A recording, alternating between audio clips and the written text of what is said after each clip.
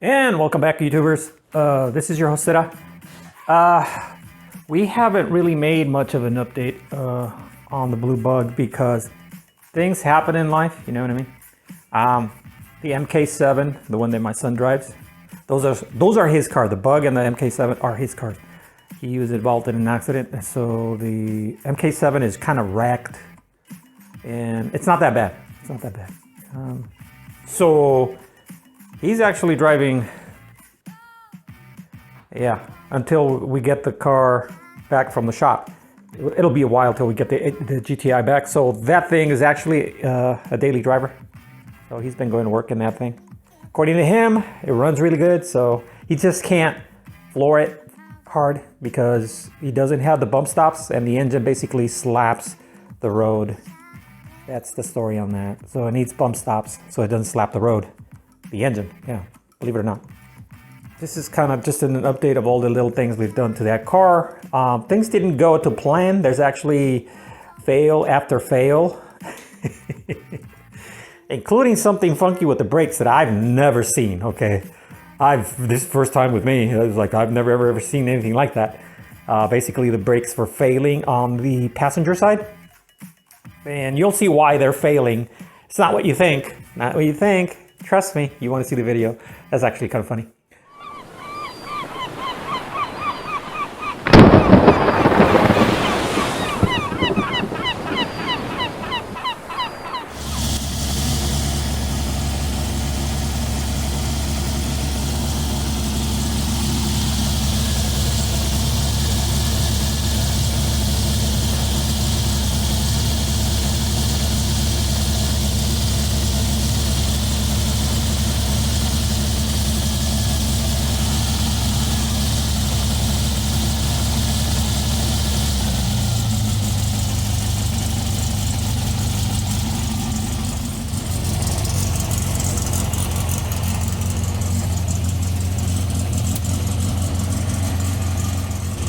So the tires are low on air, you know.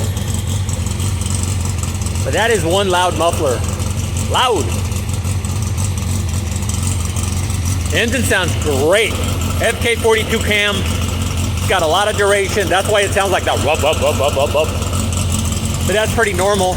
Once the engine reaches operating temperature, the idle is actually smooth. Believe it or not, it's actually smooth. It doesn't do that whoop, whoop, whoop, whoop. It sounds like a normal car.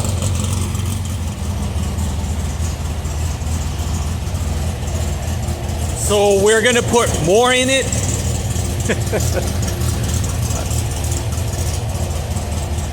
I couldn't help myself.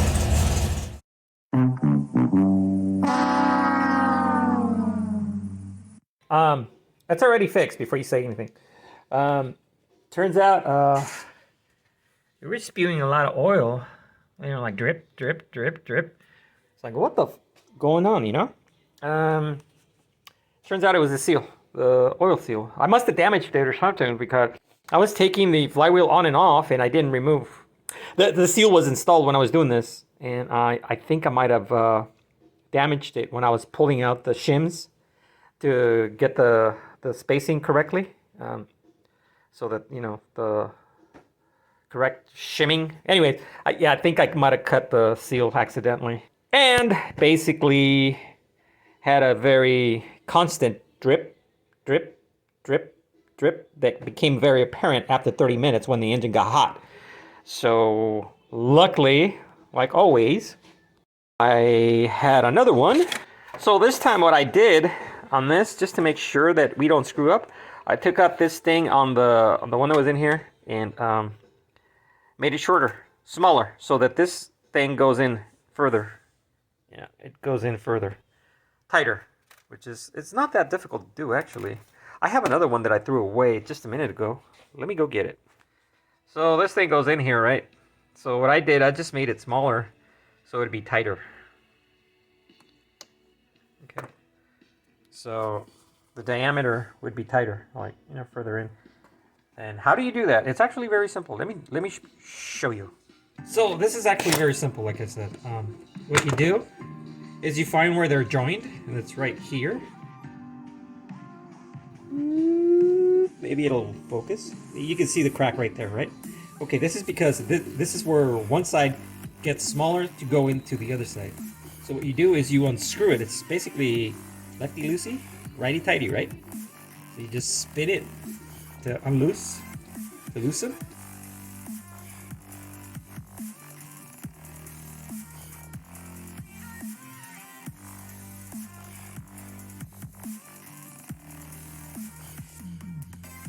There you go. See, it comes apart. It's like a screw.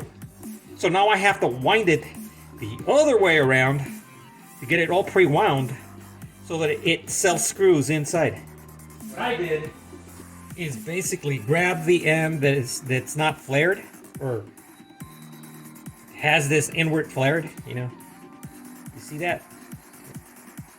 It's inward flared, right? Don't touch that one. You want to touch this one. Basically just lop off about 1/4 inch. That's it. Lopped off. If it doesn't turn out right, you can go right next to it and try it again, and it'll eventually, you know. So now you want to like pre-wind it a lot, and it's gonna do that on you.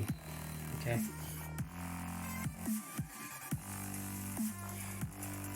Kind of like that. Put it together. And you just unwind it and it'll self-screw back in. See? You can't even tell where it is, huh? It's right here. I can stretch it. It won't come apart. But now, when you put it on here, it's going to be nice and tight. Okay. No oil leaks. So that's what I did. This is a common practice on engine builders. I didn't do that because I've never really had that problem until today. But like I said, I think I'm the one that damaged it. These are very notorious for leaking from here. Okay, so this is why they make them shorter from right there. They make them a little tighter so that you get a better seal and no leaks like I did. Okay, that's pretty much it. That's the tip for the day. Just like that. Right back in, no problem. Like 25 minutes to remove. It takes like 5 minutes more because I have to disconnect the oil lines. Other than that, it's about 20 minutes to remove. About an hour and a half screwing around trying to figure out where the oil leak was coming from. It turned out to be the seal. Another 25 minutes, 30 minutes to reinstall. It's like 3 hours in total. No more than 3 hours. It's not that bad. You try doing that on the Porsche engine. Oh dear God, it'll take me like half a day, easy. Anyways, I'm just gonna button it up and it should be running in, oh God, 10 minutes. Turned it on, had the exact same problem. So it wasn't I didn't damage the seal, the other one.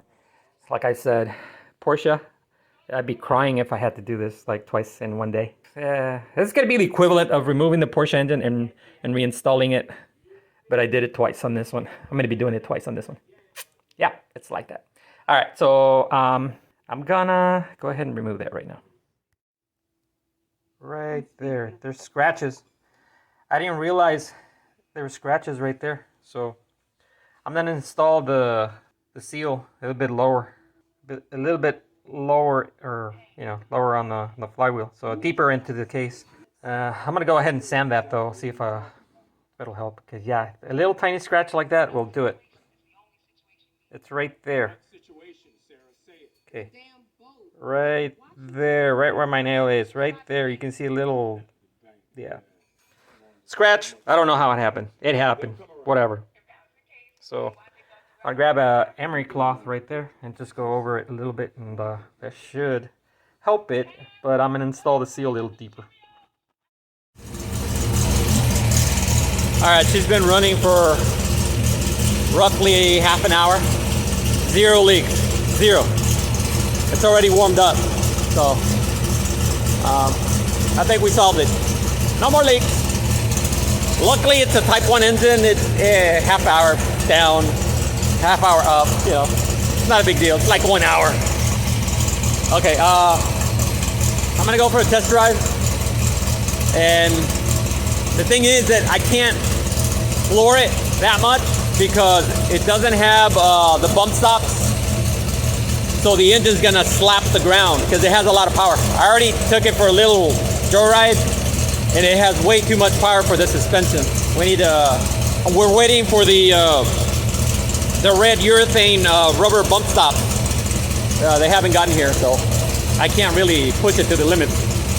Also, I found, you know, looking through the files of the computer, I actually found the original program for that engine, the map for the CB Performance black box. I found an old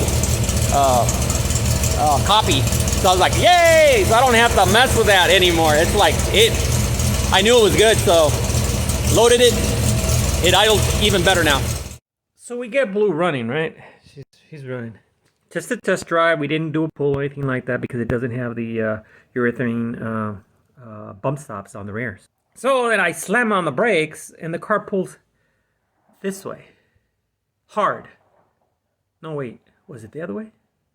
No, I think it pulled that way. Sorry. It pulled that way. Like these brakes were not doing anything. So the brakes on the driver's side, yeah, they pulled that way. So I'm going, what the heck? And I knew it was this side. Problem is I found a bag melted right there, contaminating the surface. So I had no grip. If I go like this, it is like slippery smooth. Same thing over here. A bag. Let's see if I can get it out.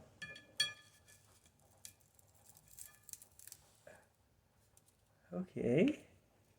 Come on, you can get out. I think.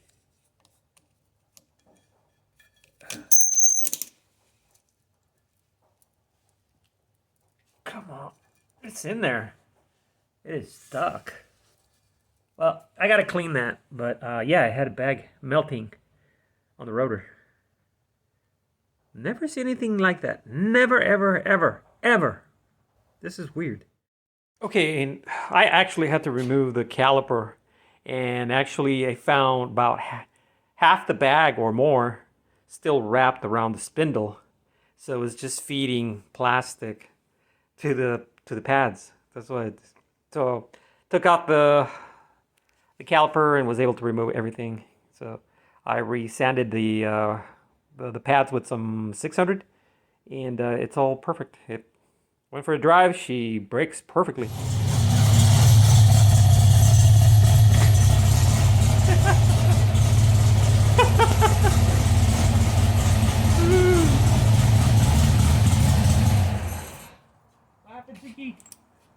Hey, Twinkie, you like your new ride? Huh? Can you let him out? Yeah, I'll let him out. Go, that way. Oh, wait. I'm leaving that on there, right? You can take it. Okay. Go. Go. No, that way, dummy. That way. You can exit that way. Never mind. Whatever. Yeah, the car is a daily driver now. Finally, the bump stops came in. Yay! Yeah, we got them black because red just doesn't go with the blue bug. Everything's black on this thing, you know, like mirrors are black, you know. Let's go ahead and install these. These are going to be, from what I hear, they're knuckle busters to try to install because they're urethane. The rubber ones are easier to go in there. We got these polyurethane ones because they compress less than the stock ones. So this is why we got them. So what I discovered very quickly was that this thing was not made correctly. So it goes in, but I can't get it to seat perfectly because there's, I did some measurements. Turns out that this thing was way over here. And it just will not go into the little plug that the receiver, where the receiver where this thing goes into. It will not go in. So I had to use my Dremel with the saw. It's got a little metal saw. And I had to basically remove just a little bit higher, you know what I mean?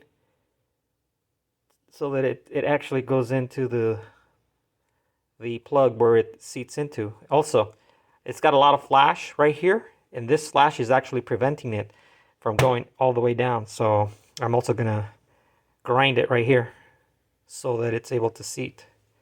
Just, you know, aftermarket parts, they're not perfect. They're not perfect. So you have to massage them.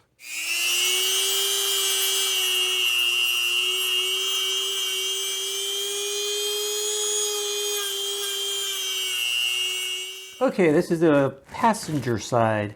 So I'm gonna go ahead and clean this right here because it's full of dirt. So I want to make sure that there's nothing there so that it seats all the way down. I already showed you what I did to the bump stop, and that's because I did the driver's side first and discovered that it was just it wouldn't go all the way down because it would hit the edge right here. The thickness would hit right here and it wouldn't seat. So that's why I did that to the bump stop, so that it goes all the way down and seats. Goes over that little hump right there. There's a hump. And it wasn't going over. So now it did. So we're going to do the same thing on this one. We're going to go ahead and compress it. I'll show you the trick, what I did to compress it. You're going to love it. It's actually very simple. Okay, first things first. Got to remove the wheel, obviously. Put a jack stand right there.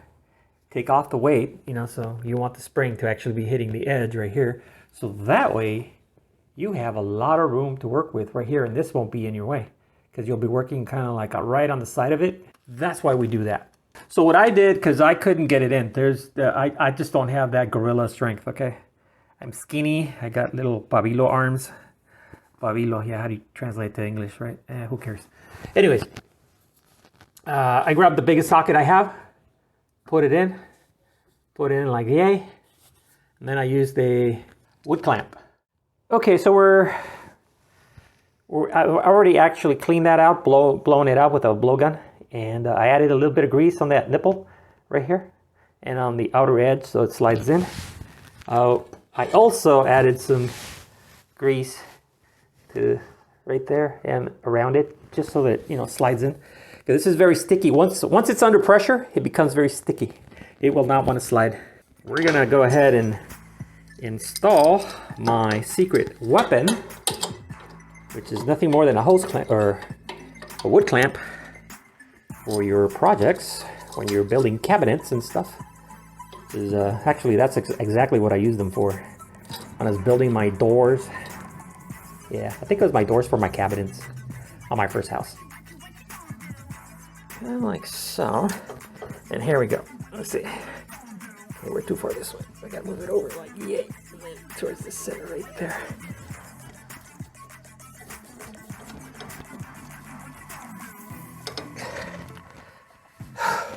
It wants to shoot right under here. So you kind of have to keep it centered. And this is why I have the vice grips, because this thing wants to shoot off the top. There it is. See how it just went in? Okay, we're gonna tighten it a little bit more. I want it to see all the way in.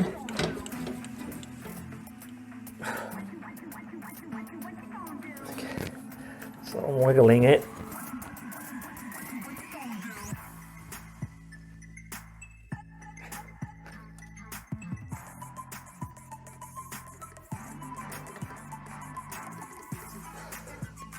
Okay, looks like that's it. It is all the way in. Okay, coming off. Coming off. Perfect. Let me see if it's seated. Yeah, this one's seated perfectly. The other one would have like one area that would be super high from right here. It would not go in because we needed to trim it. And that because I trimmed this one, it went all the way down. All right, she's good. There is just no way I could have done this with my hands, okay? I don't have that kind of strength. Okay, we're gonna put this back together and we're gonna get started and see if we go for a pull. Okay, let's try this. See if start it up.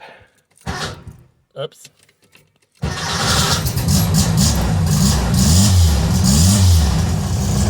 The gear shifter is, even though it's a scat and it looks like exactly like mine, it's actually like different. It's like mine is over here, his is over here. It's just different and it feels weird. You know what I'm saying? Yeah, you know what I'm saying. Anyways, let me pull the car out. Okay, she feels okay. Feels like when I was running it, when I was running that engine in my green bug. Feels exactly the same.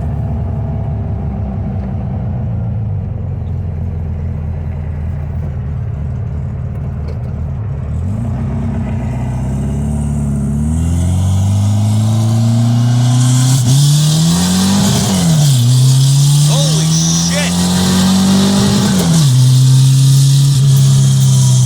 Okay, it didn't bottom out. It did not bottom out. Holy moly! This is exactly what I remember back then when I was running it in my bug. I missed this. I totally missed this. This thing is fast. You know, for being a single carburetor, stock carburetor, holy crap. Let's see.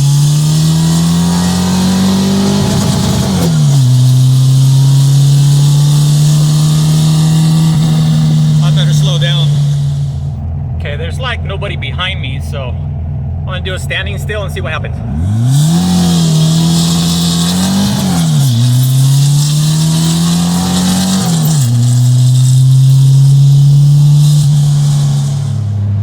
Okay, she burned first gear, I lit it up. Second gear, it chirped. I don't know if you could hear that with that muffler, but she did not bottom out. The engine didn't hit the ground or the road. That is good.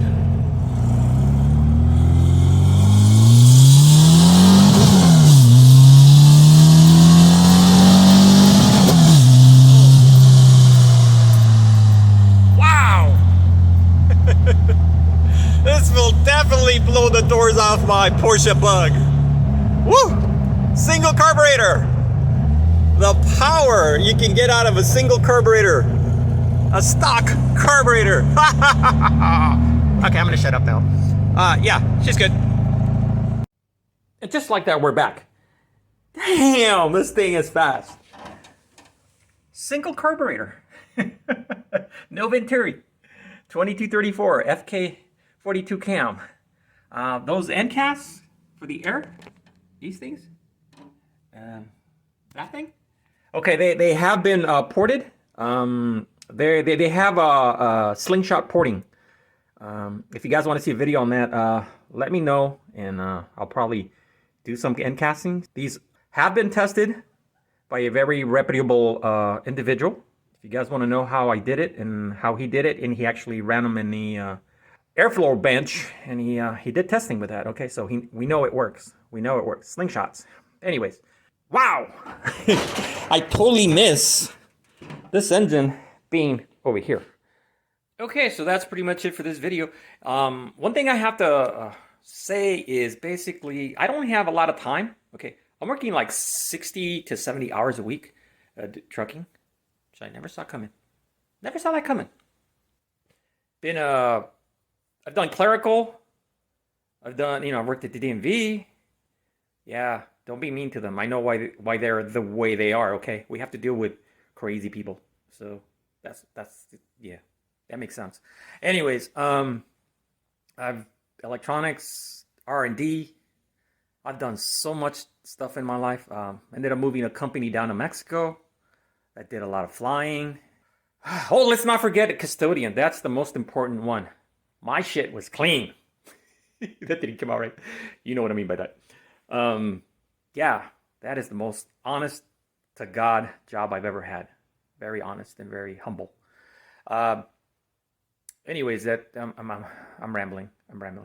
So yeah, the best I can do is maybe one video per week, maybe two weeks. Yeah, maybe even 3 weeks.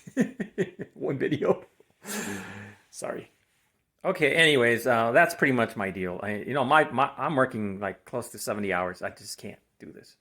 And I do love my job, and I ain't quitting because I love driving this behemoth all over LA and the Bay Area, and I love my job. I love what I do. Okay, I get to see the world. Yay! And yeah. Okay, I'm going away now. You guys have a good one. Adiós muchachos, adiós muchacha. I los guacho.